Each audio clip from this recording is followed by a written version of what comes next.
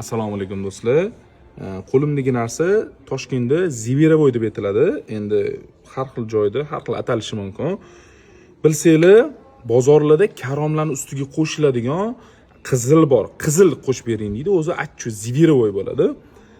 U ularniki boshqalarnikiga qaraganda farq qiladi. Misol uchun koreyskiy salatniki boshqacha, o'zbek tuzlamalarniki boshqacha. Men sizlarga bugun o'zimning shaxsiy retseptimni beraman. Umuman ortiqcha narsalarsiz. Bugun mas xudo xolisa retsept olman, zo'r retsept olman sizlarga, xudo xolisa shuni beraman. Qaranglar, bu yerda etib ketadigan narsam, bilsanglar, men mahsulotda gazini chiqaraman, bankaga olib kelganda ham. Mana bunda ham mikrobkadan chiqarilgan, aralashtiryapman, gazi chiqyapti. 3-4 kun mana shu holatda aralashtirib turiladi. Har yarim soatda gazi chiqadi buni. Gazi qaynab bo'lgandan keyin buni tuzlamay qo'ysanglar, mashina narsa bo'ladi. To'liq ma'lumotni tez kunda beraman sizlarga.